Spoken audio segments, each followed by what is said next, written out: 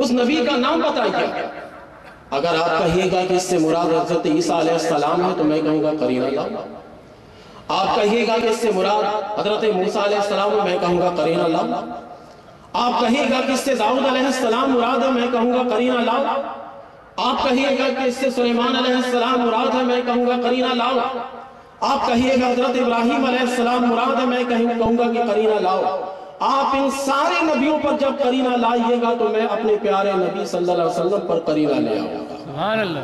वरफ़ा बादहुम दरजात पर करीना ये लाऊंगा कि अल्लाह तबारक व तआला ने अपने नबी को सारे नबियों की तरफ भी नबी बनाकर भेजा। तब उनसे बड़ा कौन हो सकता? वरफ़ा बादहुम दरजात, यही तो है कि सारे नबियों की तरफ भी नबी बनाकर भेजा गया, सारे पैगंबरों की तरफ भी आपको रसूल बनाकर अल्लाह ताला ने भेजा। यही तो वरफ़ा बादहुम दरजात है। तो ये एक पहला मकाम है जहां पर कुरान पाक में रसूल की आमद से पहले रसूल का तज़किरा किया गया है। दूसरा मकाम, ये आयत नंबर क्या मैंने आपको बताए थे, क्या याद रखते चलिएगा ताकि मुझे भी ये मालूम हो कि वाकई आप लोग मेरी तकरीर सुन रहे हैं और कुछ सीख भी रहे हैं। सूरतुल बकरा आयत नंबर 37। कितनी मैंने बताया? आयत नंबर 37। आयत नंबर 37 सूरतुल बकरा की वो आयत जिसकी मैंने तिलावत की है। फतलक़्क़ा आदम मिन रब्बिही कलिमातिन फताब अलैहि इन्नहु हुवत तव्वाबुर रहीम। हज़रत आदम अलैहिस्सलाम से जब खताए इज्तिहादी हो गई तो हज़रत आदम अलैहिस्सलाम गिरियाज़ारी करते थे, आहू भुगा करते थे, अल्लाह ताला की बारगाह में आंसू बहाते थे। ये याद रखिएगा कि हज़रत आदम अलैहिस्सलाम की खता वो खता नहीं जो हम और आप करते हैं। हमारी ढिठाई तो यह है कि खता करके भी हम कहते हैं कि खता ही नहीं है। और आदम अलैहिस्सलाम अल्लाह के पैगंबर थे। देखिए उनकी अजमत और शान कि खता इज्तिहादी को भी बड़ी खता समझकर अल्लाह की बारगाह में रो रहे हैं, गिरियाज़ारी कर रहे हैं। 100 बरस तक गिरियाज़ारी करने के बाद एक दिन उन्होंने नबी करीम अलैहिस्सलाम के वास्ता से अल्लाह से दुआ कर दी। आप तफसीर इज़हारुल इरफान इसी आयत करीमा के तहत में जब हाशिया का मुताला कीजिएगा तो मैंने हवाले भी वहाँ दिए। और इससे तलक्का आदम मिन रब्बिही कलिमातिन यानी फतलक्का, इसमें जो है ना कलिमात से क्या मुराद है मैंने वो सारे अक़वाल भी लिखे इंसाफ के साथ, बेईमानी नहीं किए जैसे लोग किया करते, इंसाफ के साथ सारे अक़वाल लिखे। उसमें रूहुल बयान के हवाले से मैंने ये लिखा है कि कलिमात से मुराद ये है कि हज़रत आदम अलैहिस्सलाम ने नबी करीम अलैहिस्सलाम के वसीला से दुआ की तो अल्लाह ताला ने मुआफ़ फरमा दिया। लेकिन अल्लाह ताला ने पूछा क्या है आदम, ये तो बताओ कि तुम्हें इस नाम का पता कैसे चला? अभी मैंने तो भेजा नहीं है, अभी वो आए भी नहीं है, तुम्हें इस नाम का पता कैसे लग गया? अब वो हदीस शरीफ जो मैंने खुतबा के बाद पढ़ी उसको सुनिए। बहुत जोर लगाते हैं लोग कि ये ज़ईफ़ हदीस है, ज़ईफ़ हदीस, हवाले भी सुनते चले जाइए।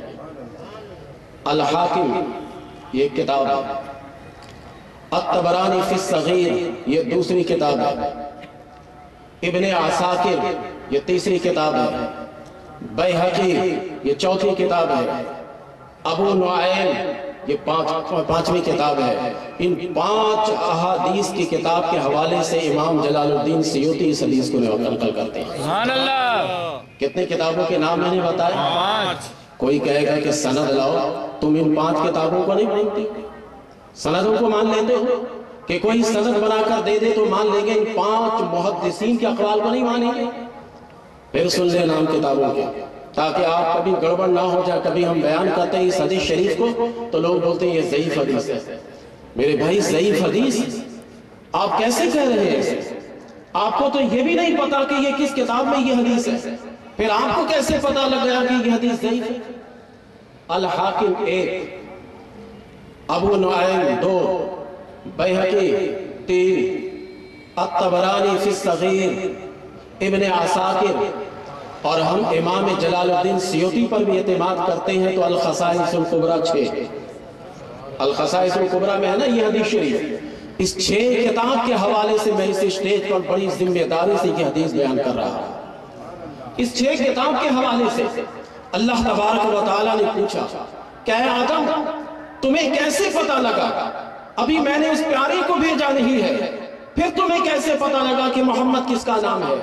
اللہ تبارک و تعالیٰ سب جانتا ہے کہ اللہ تعالیٰ کو نہیں معلوم تھا کہ آدم علیہ السلام کو کیسے پتہ لگا، لیکن اللہ تبارک و تعالیٰ اس نبی آخر الزمان کے آنے سے پہلے آدم سے ذکر کروانا چاہتا تھا، اس لیے اللہ نے پوچھا کہ بتاؤ کہ تمہیں کیسے پتہ لگا؟ اب اللہ تبارک و تعالیٰ نے جب ان سے پوچھا تو حضرت آدم علیہ السلام ہم اس پیارے نبی کا ذکر کرنے لگے۔ یہی ذکر اللہ تعالیٰ اپنے آدم سے کروانا چاہتا تھا کہ میں نے تو اس نبی کے آنے سے پہلے عالم ارواح میں نبیوں سے خطاب کیا اور نبیوں کے سامنے ذکر کیا، میں پیغمبروں سے بھی اپنے نبی کا تذکرہ کرواؤں گا۔ تو آدم علیہ السلام سے اس نبی آخر الزمان کا تذکرہ کروانا تھا۔ اللہ تعالیٰ نے فرمایا کہ اے آدم یہ بتاؤ کہ تمہیں کیسے پتہ لگا؟ اب اس پوری حدیث شریف کا میں ترجمہ کرتا ہوں عبارت پڑھ کے۔ لما اقترف آدم الخطیئۃ، حضرت آدم علیہ السلام نے جب خطا اجتہادی کی تو خطا اجتہادی کر کے قال یا رب بحق محمد لما غفرتنی، وہ اللہ تعالیٰ کی بارگاہ میں کہنے لگے اے اللہ تو محمد صلی اللہ علیہ وسلم کے واسطہ سے مجھے معاف کر دے۔ یہ میں عبارت اسی حدیث شریف کی عبارت پڑھ رہا ہوں۔ اللہ تبارک و تعالیٰ کی بارگاہ میں یہ جب دعا کرتے ہیں اللہ نے فرمایا قال وکیف عرفت محمد، اے آدم تم نے محمد لفظ محمد کو کیسے پہچان لیا؟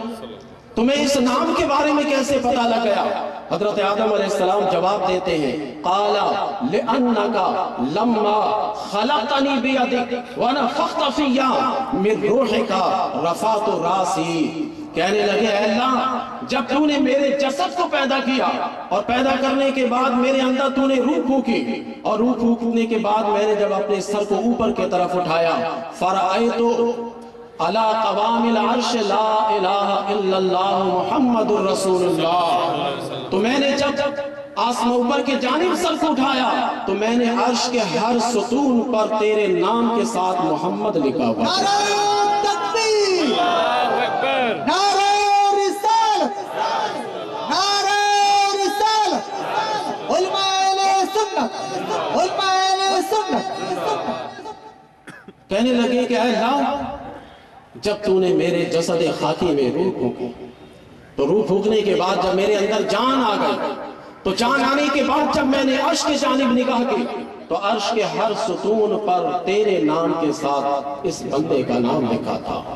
علمت انک لم تضف الی اسمک الا احب الخلق الیک، حضرت آدم علیہ السلام کہنے لگے کہ اے اللہ بس میں نے جان لیا کہ جس کا نام تیرے نام کے ساتھ ہے وہ نام وہ ذات یقیناً تیرے نزدیک تیرے پاس احب الخلق الیک، مخلوق میں سب سے زیادہ محبوب ہے۔